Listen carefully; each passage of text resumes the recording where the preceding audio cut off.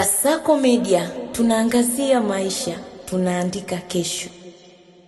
Mtazamaji wa Kasako Media, hapa tupo Buguruni Sheli na leo tunazungumzia kuhusiana na wafanyabiashara ambao wanauza vitu mbalimbali, lakini leo tunazungumzia kuhusiana na Januari. Januari mara nyingi inakuwa ni shopping kwa wazazi kuhusiana na mambo ya shule, na tunatamani tufahamu kuhusiana na wafanyabiashara. Je, Januari kwa upande wao inakuwaje? Wafanyabiashara Januari kwa upande wao inakuwaje, hasa kwenye upande wa watoto wanapoenda shuleni? Biashara inakuwaje? Inachangamka au bado inakuwa inasikilizia siku ziende ili iendelee kuchangamka zaidi? Jina langu naitwa Nice Godfrey, endelea kutazama Kasako Media.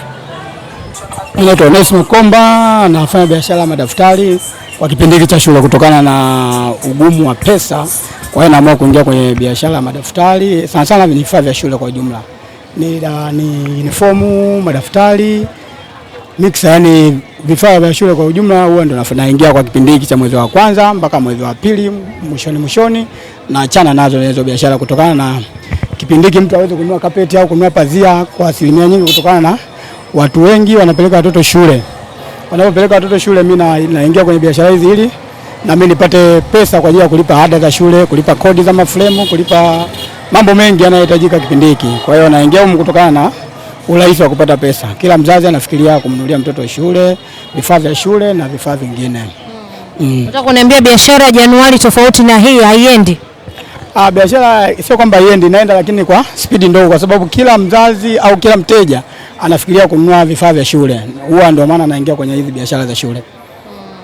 Hebu tuambie Januari yako kwa upande wako, hasa ukiingia kwenye masuala ya wazazi. Wateja wako wengi kwa sasa hivi wengi wanaulizia kitu gani hasa? Kwa kipindi hiki wateja wengi wana focus kwenye masuala ya shule.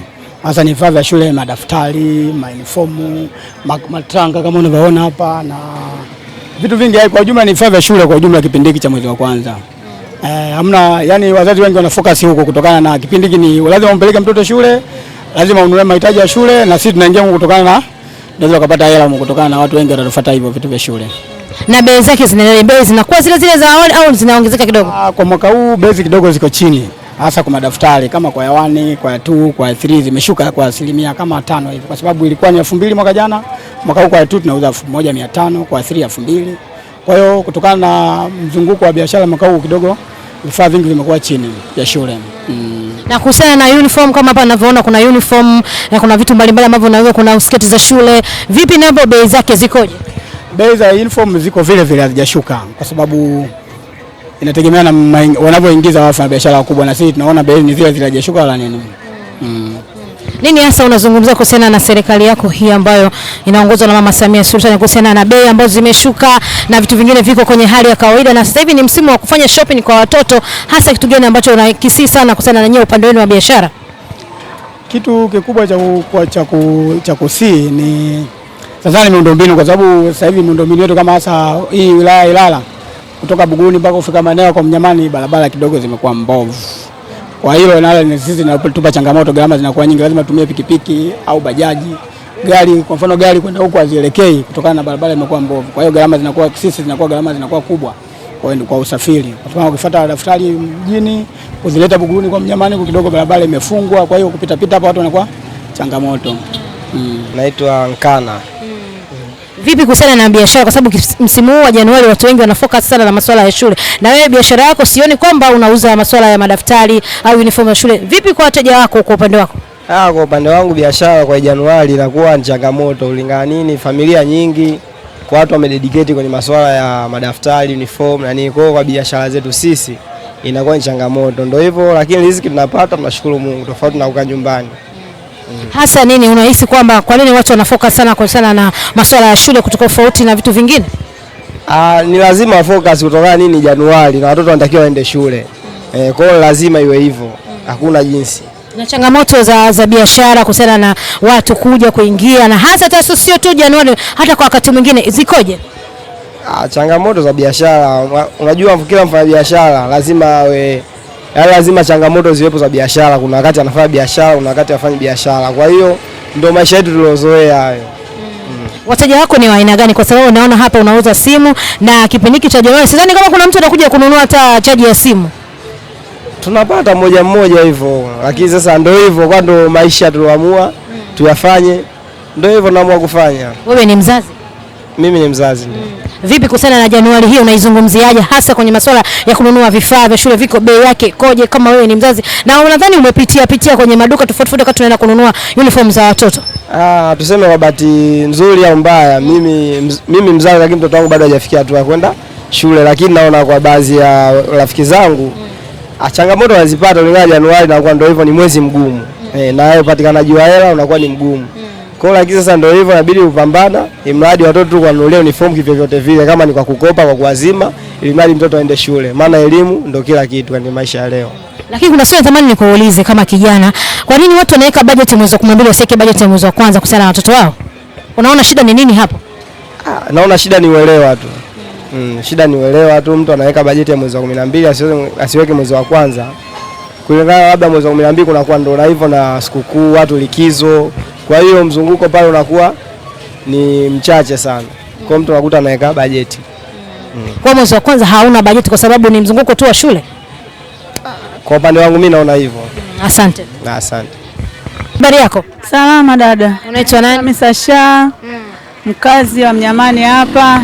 Biashara yangu madaftari, nauza mashati ya shule, au ukitaka unaniita Mrs. Lusenene.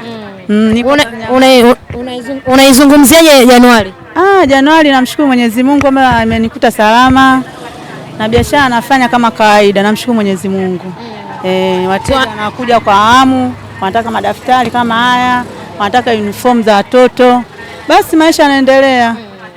Tuambie wateja wako ni wa aina gani hasa wanaokuja hapa? Yaani wa aina nyingi, wanaume na wanawake. Ndio wanakuja kununua bidhaa yangu. Na bei za madaftari, nguo, kuna 1200, kuna shilingi 700, kuna 600, kuna 2000, kuna 3500 mpaka 3000 mpaka 2500 kwa asili. Na kuhusiana na masuala ya shati, sketi? Mashati shilingi 6000 kwa 7000 kwa 5000. Sketi vile bei yake. Siku za kawaida ni bei zake hizo au kipindi cha Januari? Ni kawaida, ndo kawaida yetu tunavyouza. Ndo kawaida yetu, hatuwezi kupandisha bei. Lakini nasikia mnapandisha bei kwa sababu ni wakati wa ulaji Januari, wazazi wanakuja kwa wingi. Hapana. Sio kweli. Sisi bei zetu ni hizi.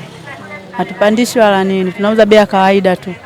Ina maana tunataka watoto wetu na sisi wasome, na sisi tunasomesha watoto. Nasikia upatikanaji wa hivi vifaa inakuwa ni gharama kubwa sana. Na wewe unauza bei hiyo, kweli inaweza kukulipa kama mfanya biashara? Yaani mimi naangalia unatakiwa uuze kitu kiisho kanunue kingine. Sitaki faida ile nyingi. Nikipata hata shilingi 1000 inanitosha sana. Kikubwa wazazi wengi wanaweka bajeti mwezi wa 12. Je, mwezi wa kwanza inakuwaje kwa upande? Nasikia paka mnaenda kwenye vidirisha ambavyo vinasababisha mpate heka kuhusiana na masuala ya shule. Ni kawaida kwa sababu kila biashara ina msimu wake. Ni kawaida hiyo.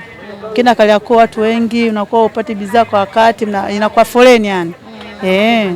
Changamoto ya Januari inakuwaje? Changamoto hivyo kama kawaida yetu yani, tunapambana nayo, lakini tunamshukuru Mwenyezi Mungu, tunapambana tunamaliza. Tunapambana nayo vizuri tu. Na hii biashara imeanza nayo tangia tarehe 1 mwaka mpya ulipogeuka? Tarehe 1 ndio nimeweka bidhaa yangu. Watu wanaanza kununua tarehe 1. Ni biashara yako ya kila siku au ni msimu huu? Yote. Miaka yote ndio biashara yangu. Alafu ikifika kipindi cha mwezi Ramadhani nabadilisha, nauza nguo za watoto. Mikeka, kila kitu nauza. Kwa hiyo kila msimu unabadilisha biashara? Nabadilisha biashara. Kutokana na nini hasa? Kutokana na kwa mfano mwezi wa Ramadhani ule pale ni nguo za sikukuu za watoto wa kiume. Mwezi huu nguo za wanafunzi na madaftari.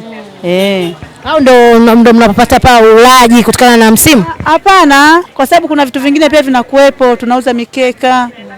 Tunachanganya bidhaa nyingi tu. Na msimu huu mikeka inatoka kwa sababu msimu huu umebeza? Inatoka lakini sio sana. Sasa hivi anatoka madaftari na nguo za watoto za shule. Na nimeona tukitokea huko tulipotoka, tumeona madaftari, nguo za shule ndio zimetawala sana kuliko biashara nyingine. Ndio msimu wake huu. Na huu msimu unaenda paka wakati gani? Paka mwezi wa pili. Paka mwezi wa pili watu wanakuja wananunua. Ina maana watu bado hawajamaliza. Kuna watu wengine watakaoende bodi bado hawajakamilisha vitu vyao. Mzazi anakuwa bado hajapata chochote kitu, kwa hiyo anaenda anajivuta. Paka mwezi wa pili tunauza hapa.